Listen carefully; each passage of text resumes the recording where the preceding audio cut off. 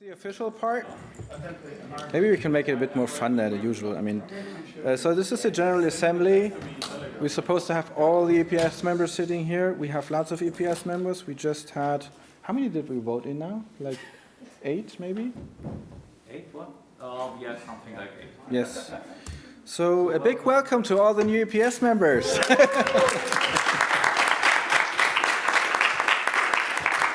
So now we have 212 members. Right, so meeting business. Okay, so we need to have a meeting chairperson, a secretary, and 2 checkers of the minutes. I will be the checker of the minutes. Okay, the checker, the secretary, someone who takes notes and is responsible later on for making sure that everything is signed. We also have this this list here. Everyone who is here from the EPS and wants to vote needs to sign, including myself. Yeah, there is another page. Just after, there's another page. Well prepared. Yeah, well tried. prepared. Yes, very good. I'm not efficient with the website.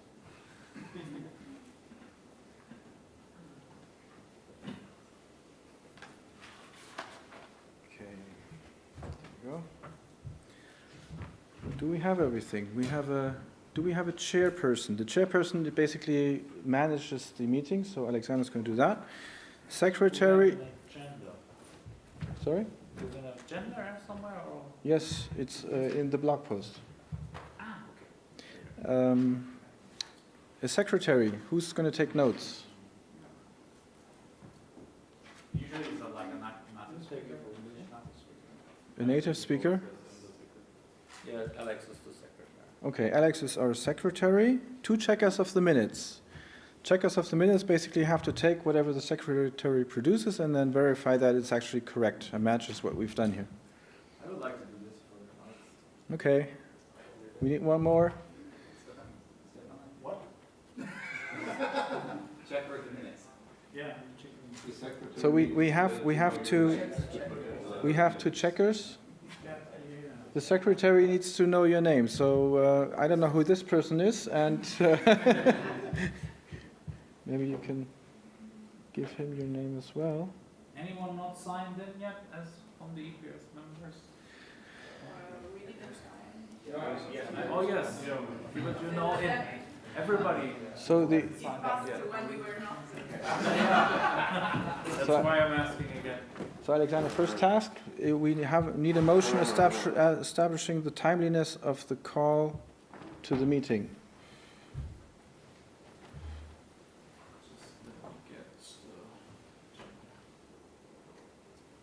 Yeah, so and everything was published and sent by email in time by Mark Andre. Is anybody thinking it was not timely? No. So do we need to vote on that as well? You need to. The secretary needs to take a note on that. Yes. The meeting was timely. I have to say the meeting was Maybe someone wants to abstain, maybe because they weren't reading email for 2 weeks or something. So, no. No, Okay. I think it's already. I'm poor at jokes, so.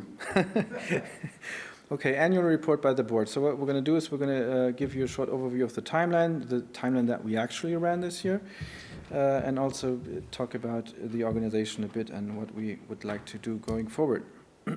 So the timeline for this event was that in July 2017 we had the election of the current board. From August to November we ran the RFP. We did that in 2 rounds. So we had a first round where we sent out the documents to all the different venues. Then we collected all the feedback.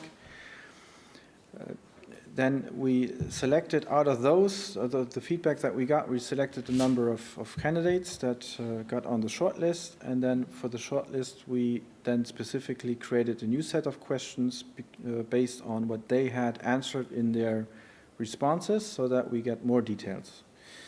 And then we had the second round, and the way it works is that you send out the documents, you set a time frame in the document, there's a strict deadline, they have to submit their bids within those deadlines, And then you have a list of proposals, and then you can select whatever based on your criteria that you choose which venue then you want to go for. So that worked really well, and that did not produce any problems, except I had a bit of problem doing the RFP because I was on a business trip at that time, so it was a bit difficult, but maybe next year we can time that a bit better. January until June 2018, we had this big issue with the UK VAT. So just to give you a quick round of what we did, in January we started to ask our Swedish accountants whether we have to register in the UK, how it works. The Swedish accountants turned out didn't have a clue. So we went to the, they literally told us that we have to pay Swedish VAT, which is completely wrong because the EU regulations say that we have to pay VAT where the conference is held. And so we then started to find an accountant in the UK, and we contacted a few people. It didn't really work out that well. Then we asked PyCon UK, our friends there, what they would recommend, and they recommended their accountant. And in the end, it turned out that we chose them as our accountant, and then they started, I think in March it was, they started the registration process for the UK VAT, which involved basically sending in all our details, personal details from the board members, from the directors to the accountant, so that they could put all this information into the application for the VAT. So that was a big hassle for us, because we had to send in supporting documents like electricity bills and birth certificates and all kinds of stuff. So we did that. It took a while to get all the documents together, and then we put in the application, and then the application was supposed to be finished in maybe 2 weeks or so, they told us. And then in the end, it turned out to be 2 months. So we had to wait really long. In the end, we did not really wait for the VAT ID. We just started ticket sales, and then had the issue with the invoices, as you probably remember. So we couldn't issue invoices because we did not have the VAT ID to actually issue the invoices. And we then created the invoices afterwards, and I think everyone was happy with that. So that was a bit special this year. In February, we launched a preview website. We always set up a website to basically show people where the location is, and it has all the information that we have up to date, but it doesn't have any functionality with it. So, and then in April, we launched the real website where you can sign up, and in May, we then started the ticket sales. We did the FinAid, we did the CFP, the talk voting, the session list. So basically, the whole conference was organized in May from the, let's say, the program side of things and the ticket sales side of things.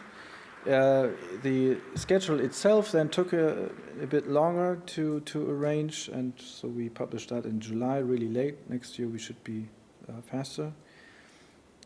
But as you can see, we still managed. We did not have a lot of time to do all these things. It was very intense in the last few months, but I think the conference works well, and there are not too many issues. So these are some charts for the ticket sales. To give you an idea, so this year we had something special. We turned from a 5-day conference setup, which has the trainings basically integrated into the conference, into a setup where we have 2 days for trainings, workshops, and then 3 days for conferences, and then 2 days for sprints. This change is still kind of ongoing, because not all attendees have really understood, and all sponsors have understood how it works. So we need to basically communicate this a little better next year. Maybe also work on the website a bit, and how we make this visible to people so that they don't get questions. But as you can see here, so this line here, the first one there, that is 2016. So in 2016 we started really early. The numbers, I don't know if you can read that, it's like minus 150 about. These are the number of days before the conference starts. What's the green one? 2017, we started like around 95 days or so before the conference with the sales. And in 2018, we started, what is it? It's like maybe 55 days before the conference, so really late. What's interesting, though, is that we always reach the same numbers, regardless of when we start. It's just the curve itself looks a bit different, but in the end, we meet the same numbers. So I think this is an interesting result, because it basically says that people are going to show up anyway, so regardless of when you start. No, actually, at my end, we had basically the same also with the call for proposals. All we changed it, we clearly communicated it's going to be for 2 weeks, no extensions, and we have hit the same numbers actually. Yes, this is an interesting result, because it basically says that if you give people more time, they use more time, right? If you give them less time, they use less time. So then maybe next year we can start 1 month before the conference. If you have the assumption that you have the same number of people, if you have the assumption you have the growth every year, then that's not true. No, but So if you have 10% growth, then you lost right. 10% growth. But look, I mean, in the last years we haven't grown, bro. So I don't think we're going to grow next year. So we tried for a couple of years to actually grow, but I think the numbers that we have here are really nice numbers. So it's a nice conference. It's not too big. It's not too small. We have a very, very diverse set of talks, of attendees, of people attending from different countries. I think it's a really nice combination that we have. So I think we should stay at this level. I think we should not, like a company, have a steady growth path to always have more attendees. So what did we do different from last year? We removed a lot of inactive work group members, and we were very strict with the members that we still have in the group. We don't have an on-site team anymore, in the sense that we actually do rely on the on-site team. Last year in Rimini, we thought we had an on-site team, which turned out eventually that we only had a single person helping us. Actually, no, it was 2. It was Francesca was helping us as well. So, but that was basically it. And so we decided that for next year, this is not going to be, and for this year as well, this is not going to be essential for us. And we did some refactoring of the website. Arto has spent a lot of time on working on that. So thank you for that.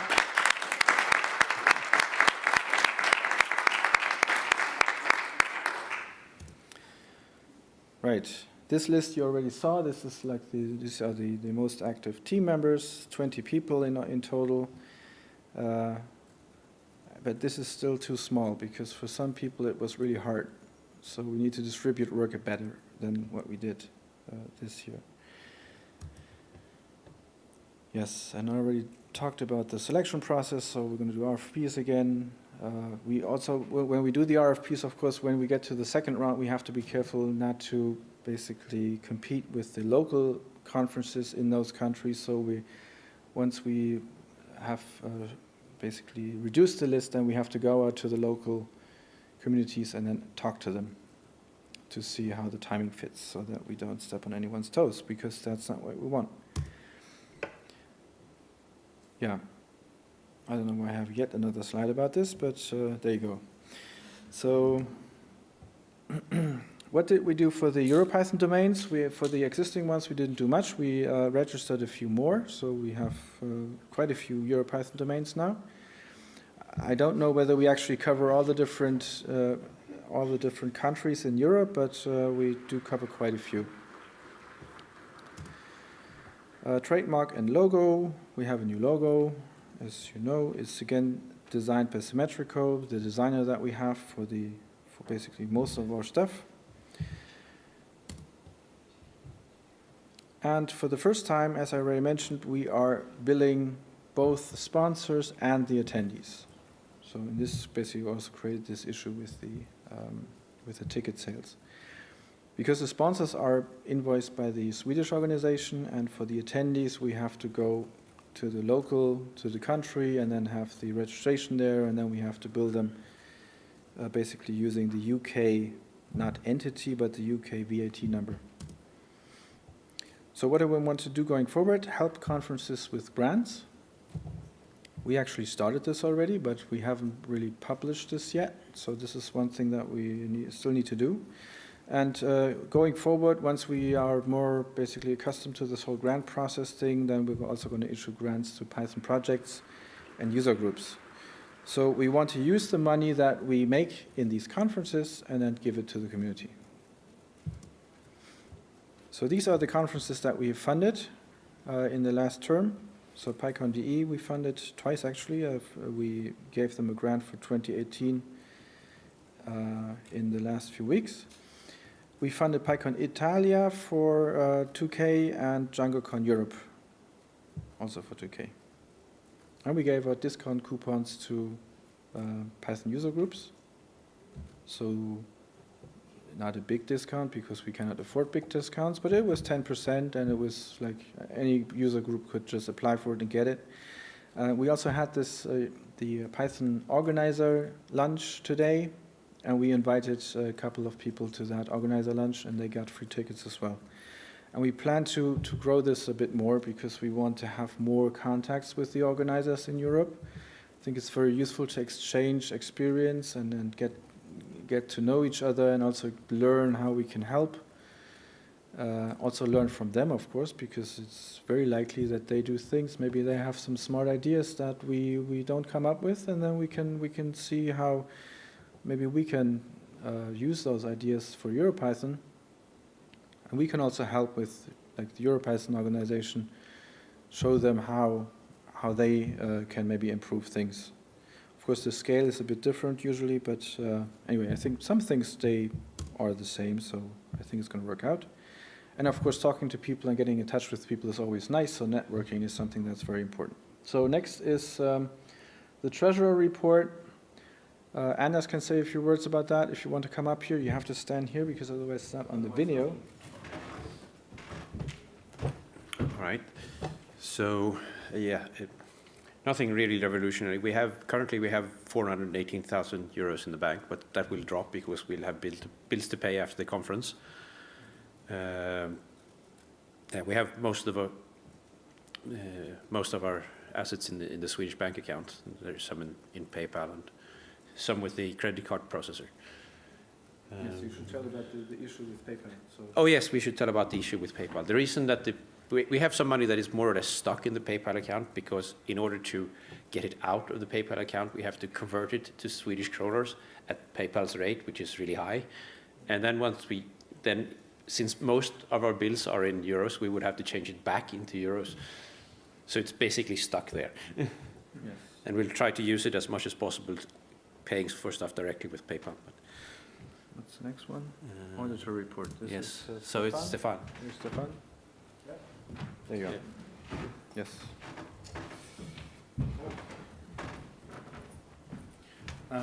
Yes, my job was as the auditor of the bank account and the statements, and in fact, I didn't find any problem with the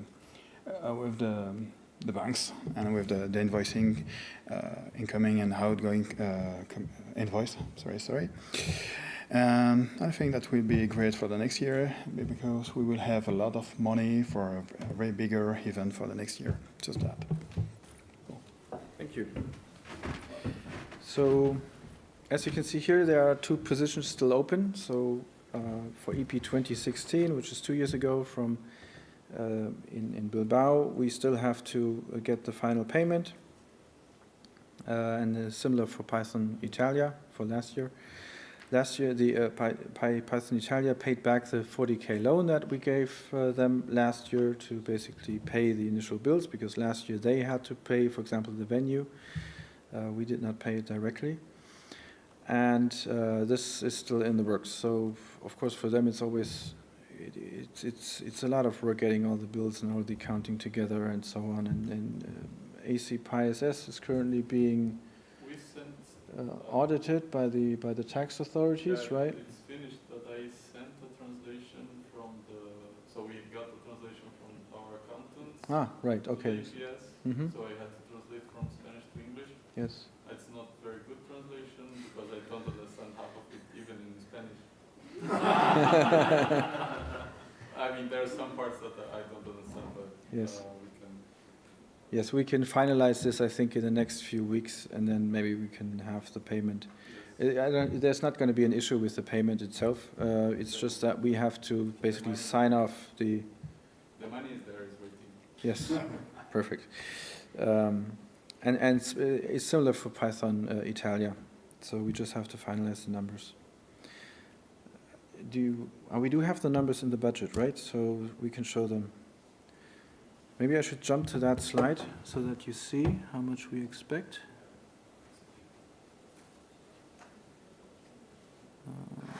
It's down here.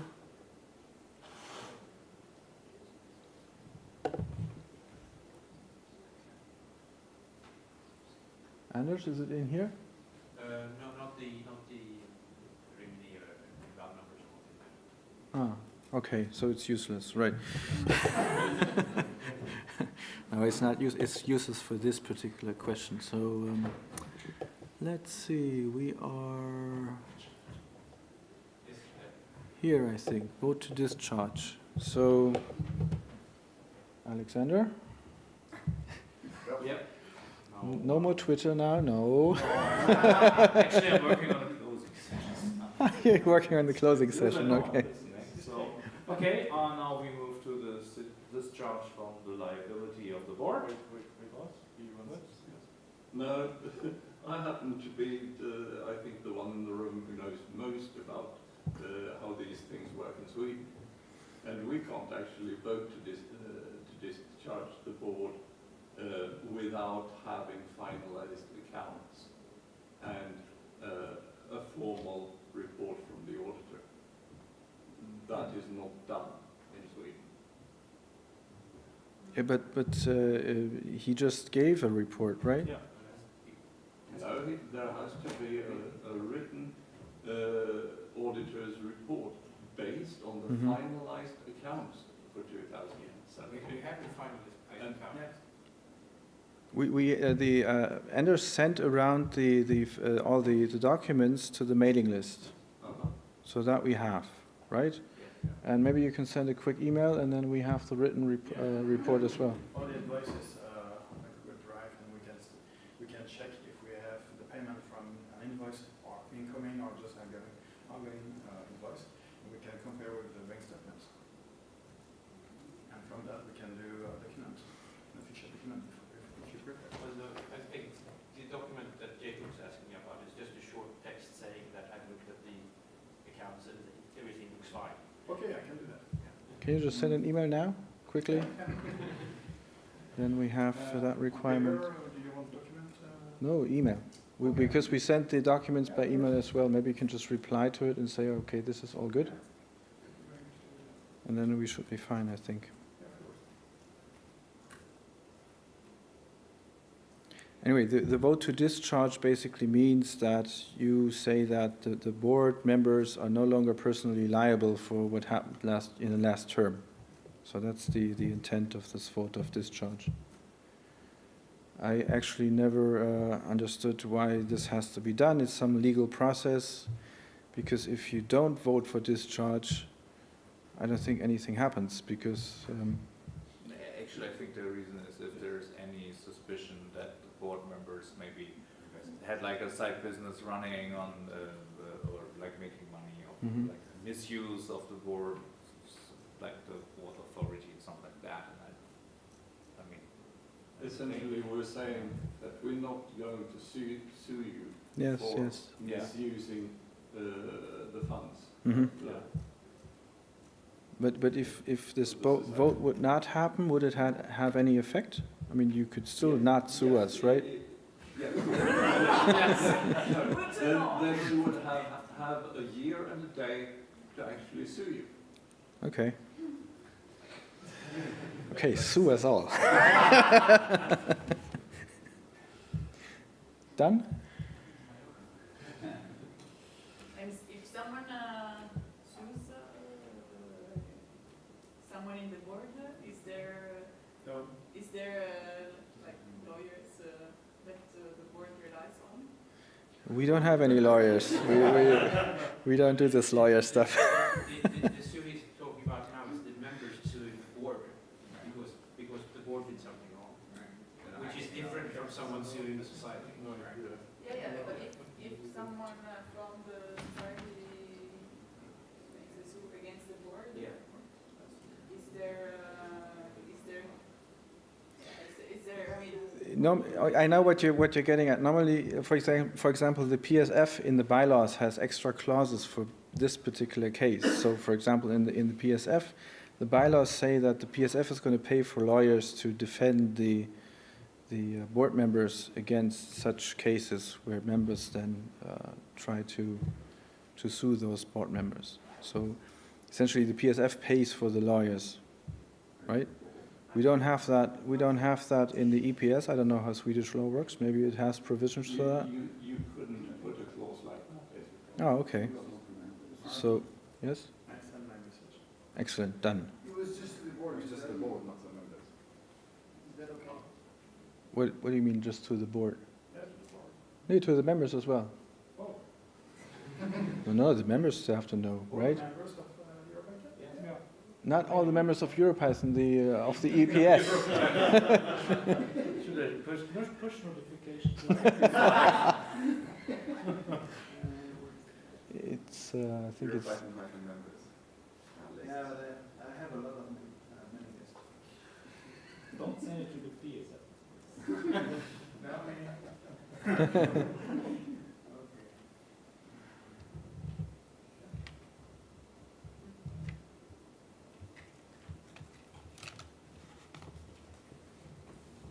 Maybe we should do the budget what is.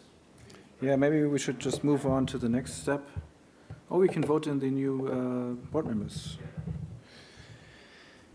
But can we do that before we discharge the old one? Yeah. Okay, we can. Good. Well, first of all, I'd like to thank all the board members that have stepped down for their excellent work they did last year.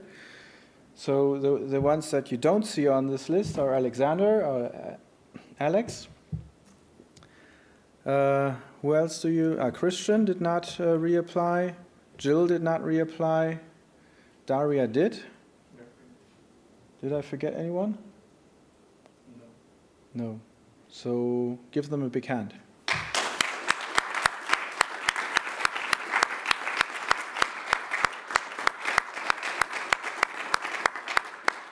I hope they still stay around in the work groups though, so if they leave then we have a big issue. Yeah, I'll stay chair of the program work group for at least another 5th year. But I just wanted to have to limit my work, so it's not any move I'm not happy in the board. I just gonna say, hey, this is all I can contribute next year, and beyond that, I cannot provide. That's the only reason for me not reapplying for the board. So. Good. So these are the candidates. How should we do this? I mean, I think most are here except for Daria and Mario. I sent around the nomination text for all of them. So Daria has been on the board for quite a while. Mario wants to join. He has been working on support a lot this year and especially on site last year. And he would like to contribute to the board as well. For the others, I think it would be good if you could just come up here, maybe say 2 words or so. So let's see, let's start with Martin.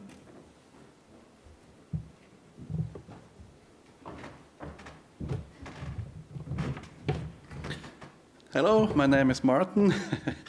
I do Python every day.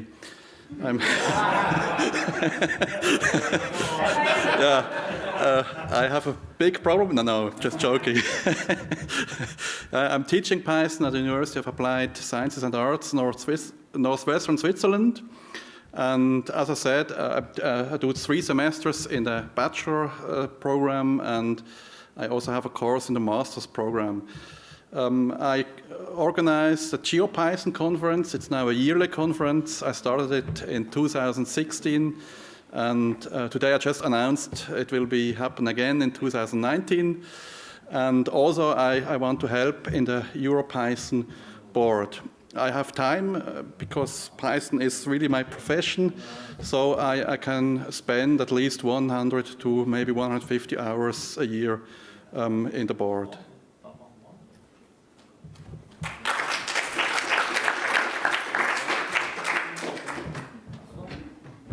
Okay, next one. Next one is Darius not here. Oops, watch out. Arthur.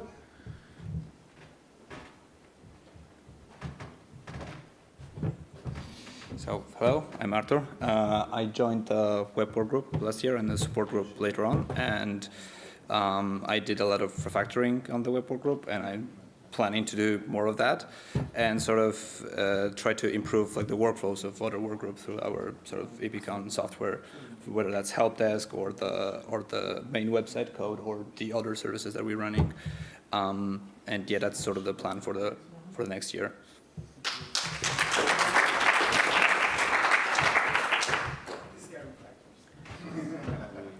Okay, Anders, you want to say something?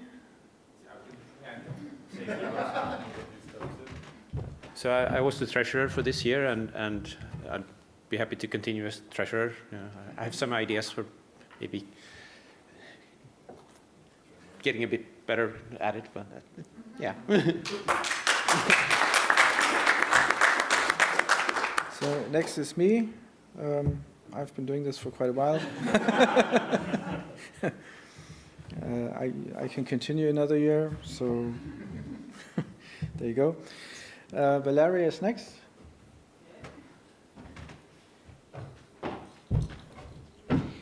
Hi everyone, I'm Valeria.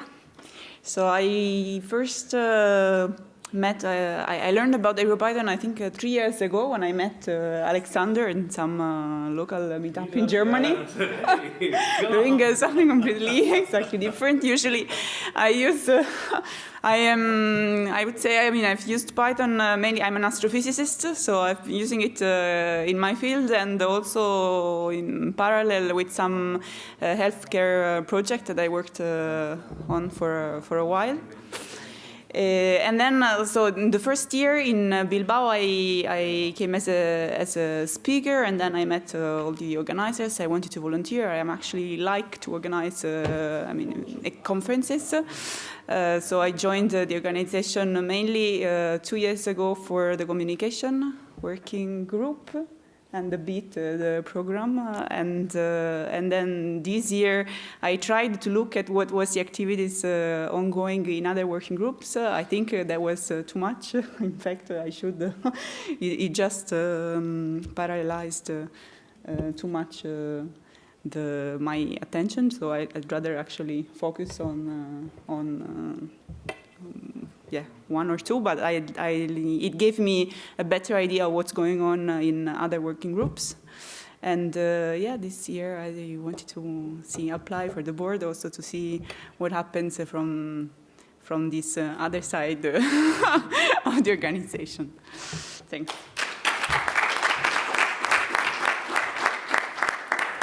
Okay, Mario is not here. I will mention him. Sylvia.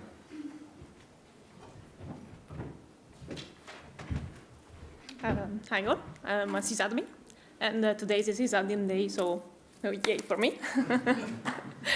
And I work in the sponsor work group and enjoyed working with this guy a lot, and so that's why I'm here. I love the community, and I'm glad to help, and that's it.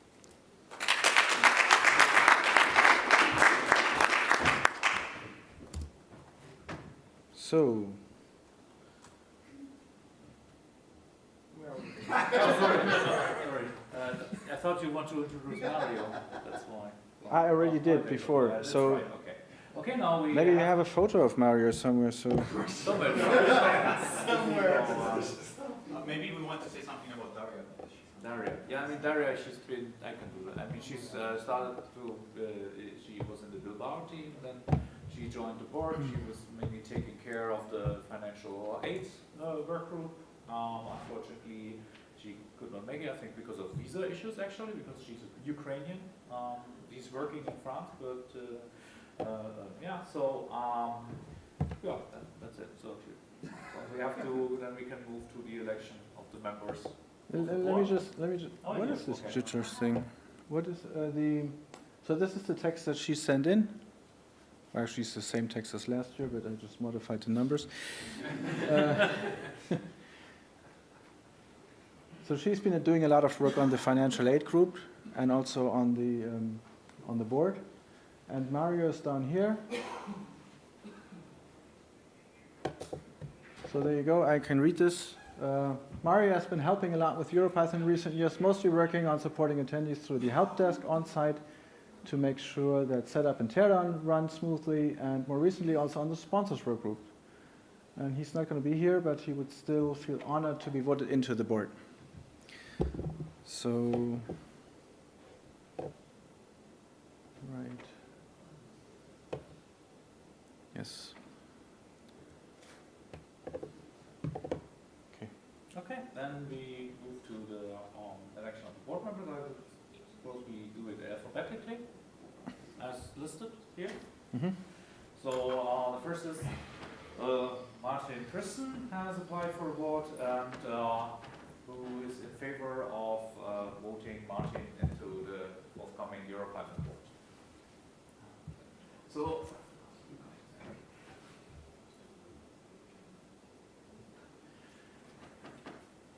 Who's abstaining? 2. Who is against? 0. Okay, so Tim has been voted into the vote.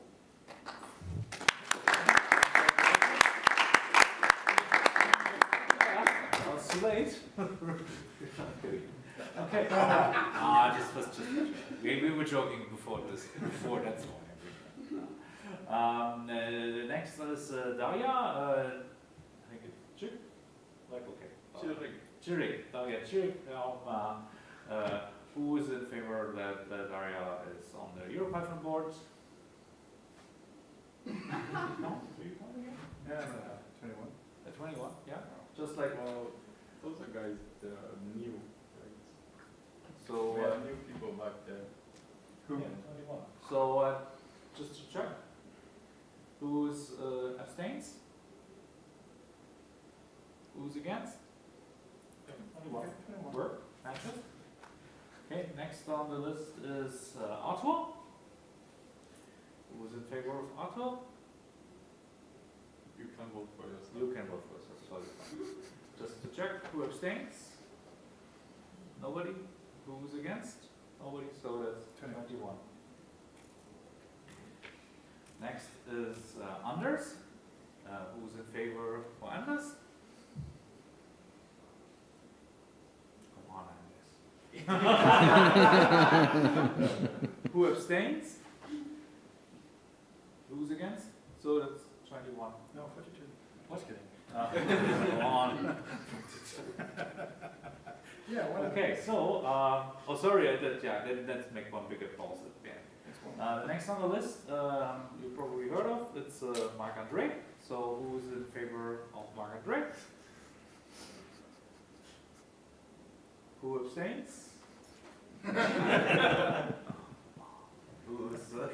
Who's against? 21. No, it was 20 and one abstain. Okay. Then we come to Valeria. Who's in favor of Valeria voting the board? I abstain. Okay. Who abstains? Okay. Against? Okay. It's more typing for Alex. So. I did the job before. Then for Mario. Who abstains? Nobody. Who's against? Nobody. Okay, that's 21. Great. And finally, Sylvia.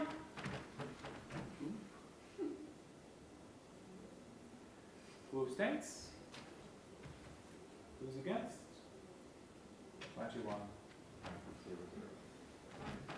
Okay, so then welcome all the newly voted and staying members on the board with a big applause.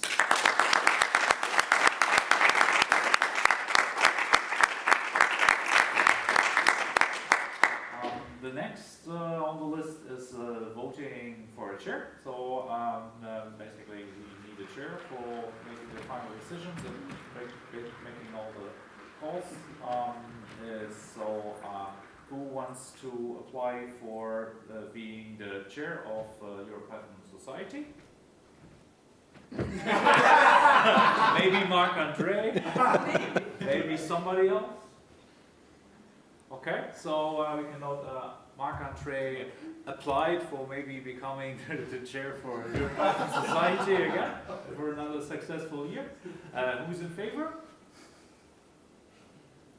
Sorry. Sorry. Who abstains? Okay. Who is against? Okay, 20 in favor, 1 abstain. No. I know. That's what. We also need to vote. Last year we changed the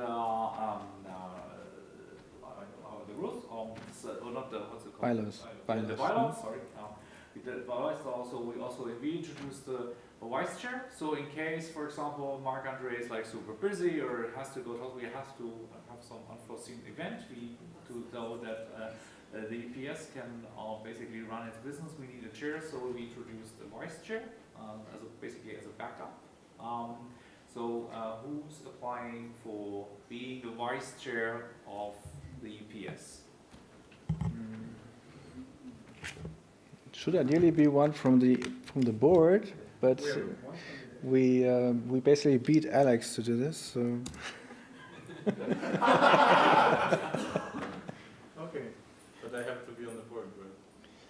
If you are voted in as vice chair, you are on the board. Yeah, you're on the board. Do you have to vote for me to be on the board? If you vote for you as vice chair, you are on the board. Yeah,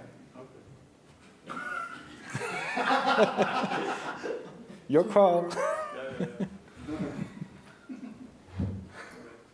She wants to do it? No. Yeah. Perfect. Thank you. So let's vote, huh? So who's in favor that Alex Savio becomes vice chair of EPS? Who abstains? You? Who is against?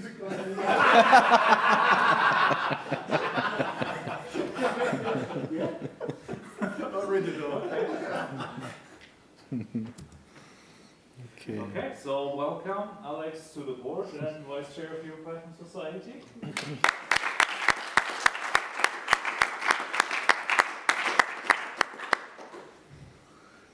So next is election of one auditor and one replacement. So essentially the work that Stefan did.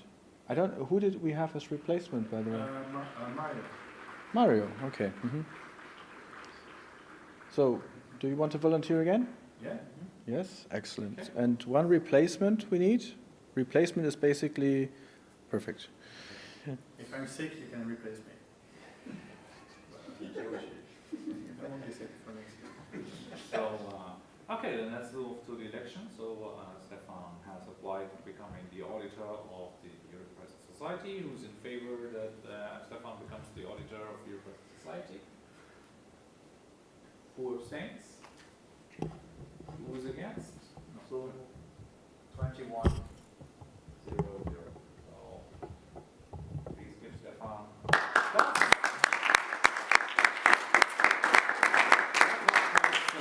applied to become to be the replacement auditor for the EPS. Who is in favor of Jacob becoming the replacement auditor? Who's against? Who abstains? Who's against? So thank you, Jakob, for. Okay, the next is the optional election of a nomination committee for the next annual meeting of the General Assembly. Okay.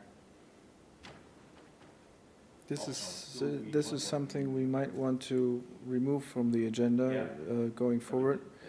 But we cannot do it this time, we have to do it next year, because so far we have always voted against this, and it just keeps us from doing more important things at the general election, General Assembly. Because nominations for the board members can be entered by anyone, this election, the nomination committee is not really needed, right? They can propose people to be on the board, but a few EPS members could just get together and propose without having this committee anyway. So It's essentially a means if you have a hard time getting people for the board. Ah, you mean if there are not enough candidates, then you go out and find people, right? Yeah. Okay. And if you have too many candidates, then they can do a vetting process. A pre-selection, so that you yes. don't have to do that at the meeting. Yes. Okay. I think we can. What Well, happens skip if we can. something, if something happens during the year of the board, Mhm. and you need for some reason more people or new people, and they join during the process, or is it someone that becomes, I don't know, they want to resign, or is there? Resign? Yes, but No, I'm not thinking about it. If something happens. are you working on your backup solution there? Yeah. Anymore, and you need more people. What happens? No, Can let's you do that, just check. during the?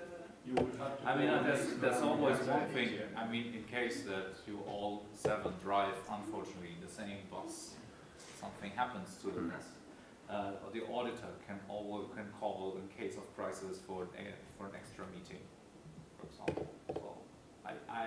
So do we need, I think we can just vote on not having the election?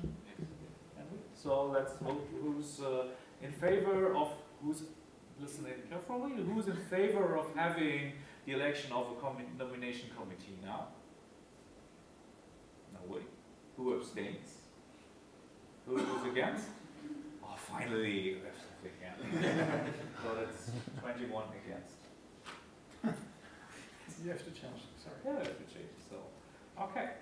Then we move to the propositions from the board. There's one proposition from the board. I guess you will present it, Mark? Yes, yes.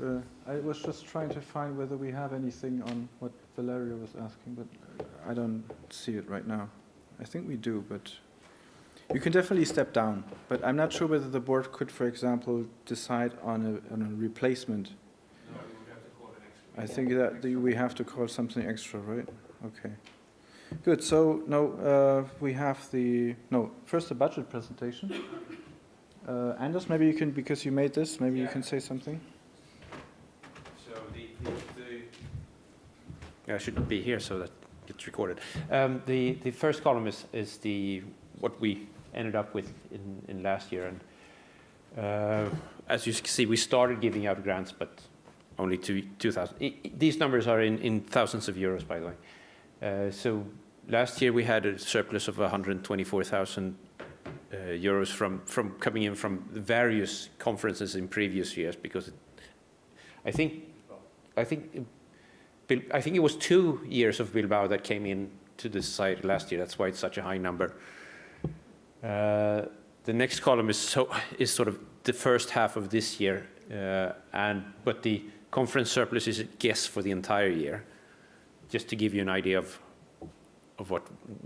what sort of numbers we're expecting. And then the budget for 2019 is we hope to give out grants of about 20,000 euros.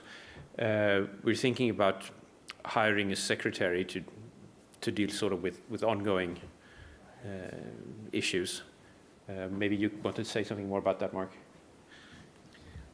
Yes, because what we found is that a good way to use the money would be to basically help the volunteers not have to write so many emails and not keep so much track of all the things that need to be done, and especially, for example, for sponsor communication, this is very intense, and a paid help there would really do make a big difference for everyone and would reduce the strain a lot on people. And so we're thinking of hiring someone, probably not hiring, probably just contracting someone to do some work for us, less work during the year, but then a lot of work before the conference, so that we can address this issue a bit better.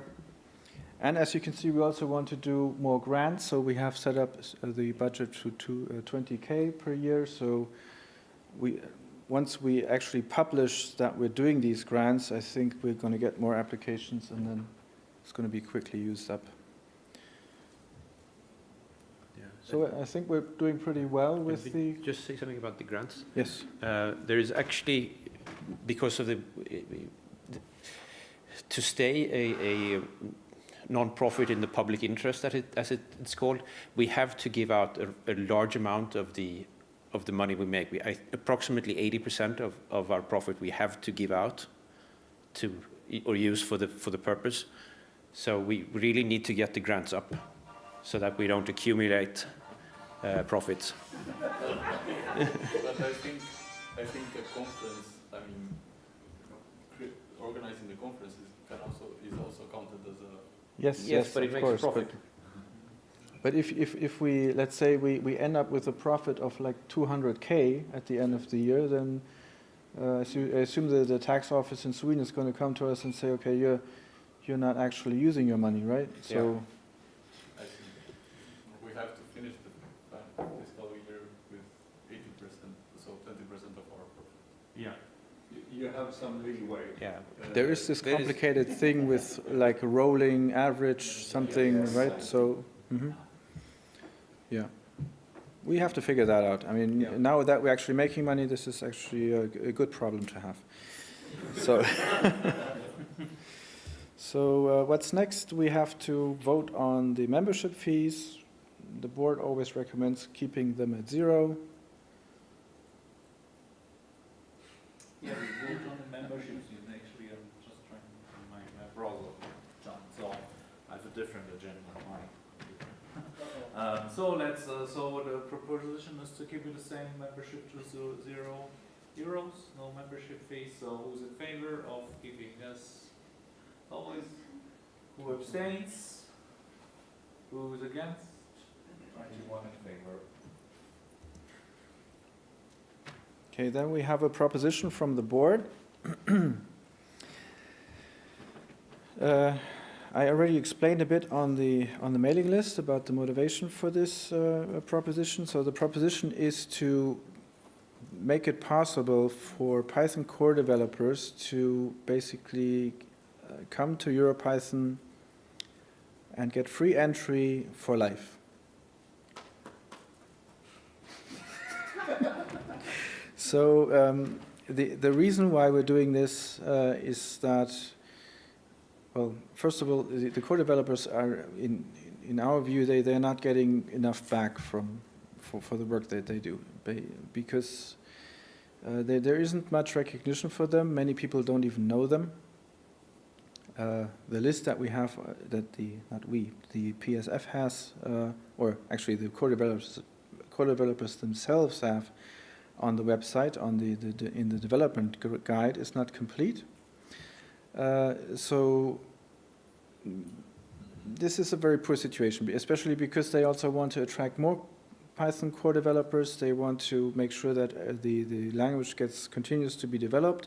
And now that Guido stepped down as BDFL, it's going to be even more complicated to do development, because someone, of course, has to decide on how the development should actually work, and this is currently being discussed among the committers of how this should work going forward.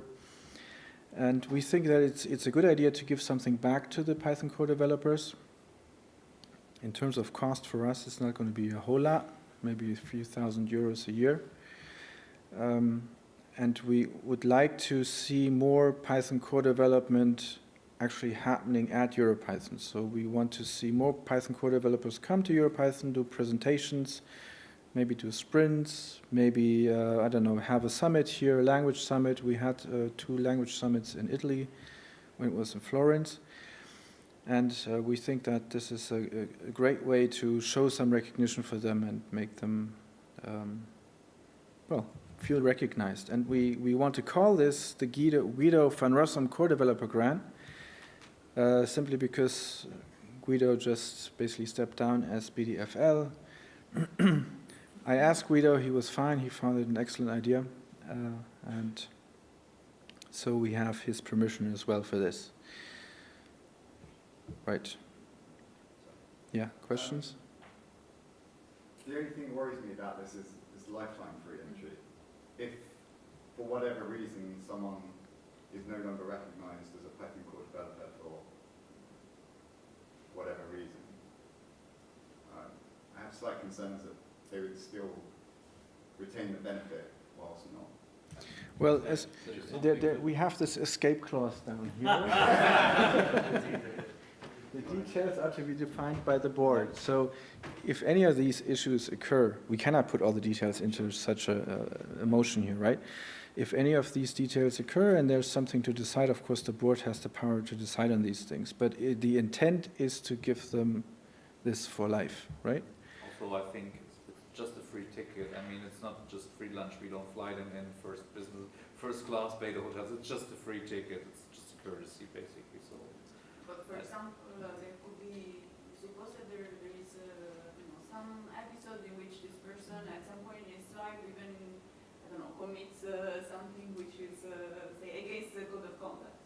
So you wouldn't want to support them, for example, in that case. If you write already in there with the word lifetime, it looks like but then we can work on details, but we cannot remove the lifetime. It's already in the But I think if we exclude somebody from the conference with code of conduct that has I mean, we could, Guido van Rossum makes a code of conduct, like the most extreme example thinkable, so the code of conduct is always above any other things. Yes, of course. I mean, basically the idea here, what we're stating here in the motion is just the idea behind it, right? And then the details have to be defined by the board. So things like these can, of course, be decided by the board, and they can even be decided ad hoc. So it doesn't have to be something that you have to have up front before it happens. You can just say, okay, we're not going to do this for you this year. The other thing is that the Python core development status is something that basically the core developers decide among themselves. So if they decide that someone should not have the status anymore, then of course they would not participate in this grant program. So it's not lifetime, it's just during the time that he is a core developer. If he leaves the core development team, whatever that's called. Yes. Well, no. I mean the status you have for life. I mean, once you're core developer, you stay core developer forever, even if you don't have commit rights anymore. It's a status, right?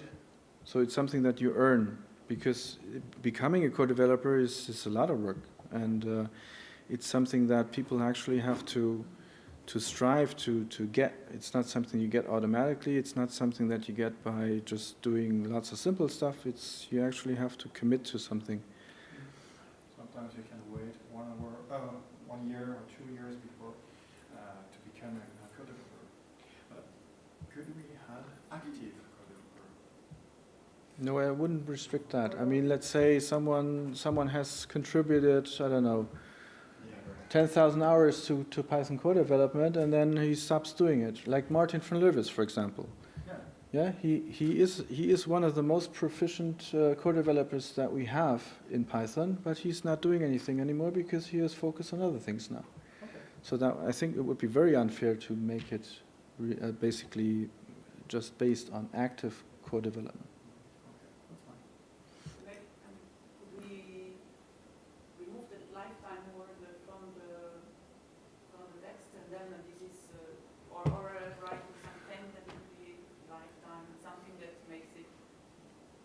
Allows then the board to actually discuss the details on the board, since there is You mean that we remove? If you write directly there, a lifetime entry, it sounds like the board has no power to discuss the details of the lifetime. I mean, of the lifetime part. If you write free entry. Just free entry. Yeah, just free entry, and then the details. The lifetime part is part of the details that have to be decided. Yeah, I agree. I think it's everything. Or maybe you want to limit to 10 years or something like that. No, those are details anyway, right? So I think just move. Which allows Python core developers free entry to your Python in recognition for the. Okay. Lifetime is the detail, but So you might want to define a limit, like a minimum number of years he has to have contributed to get, it's like a retirement. okay, so I removed the lifetime now, so we now have the EPS establishes a new Guida von Rossum core developer grant, which allows Python core developers free entry to your Python conferences and recognition for their efforts in creating and supporting the foundation on which our Python community is built. The details are to be defined by the EPS board. And of course, the EPS board can say this is a lifetime thing again, so that's fine. Right? Good. Excellent. So let's vote. Okay, let's vote. Who's in favor? Who's abstaining? Who's against? So 21 and 0. Then we there have are no motions from the members. the please vote. I should have removed here. So. We still have to vote on the discharge from the liability of the board. Maybe you have to moderate the members list, because Stefan, you sent it, but I've received the email from the auditor's report. I think maybe it's moderated list. Who received it? No, maybe it's another email account. Okay, then I think we can move to the discharge of the Yeah, let me just get the board last year. This one. Okay. Who's in favor of discharging the board for viability? Board members are not allowed to vote. Oh, really? Oh, okay, sorry. Okay. Yeah, we can't give ourselves. That's right, okay, yes. We can discharge ourselves. Yeah, the board members from last year, the listed board. Us. Yeah. Can we? No. You No. can't remove liability. But I can. So, okay, now, who you count?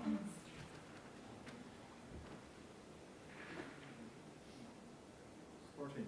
14? In favor, who abstains? 7. Who's against? 0. 0. So, yeah, then I would say 7 more board members were like not were excluded from voting. Like they were like, yeah. Yeah, that's clear. Okay, so, yeah, that's the closing of the meeting, isn't it? Yeah, any questions? No? So Then we can officially close the meeting, right? Welcome to the board again.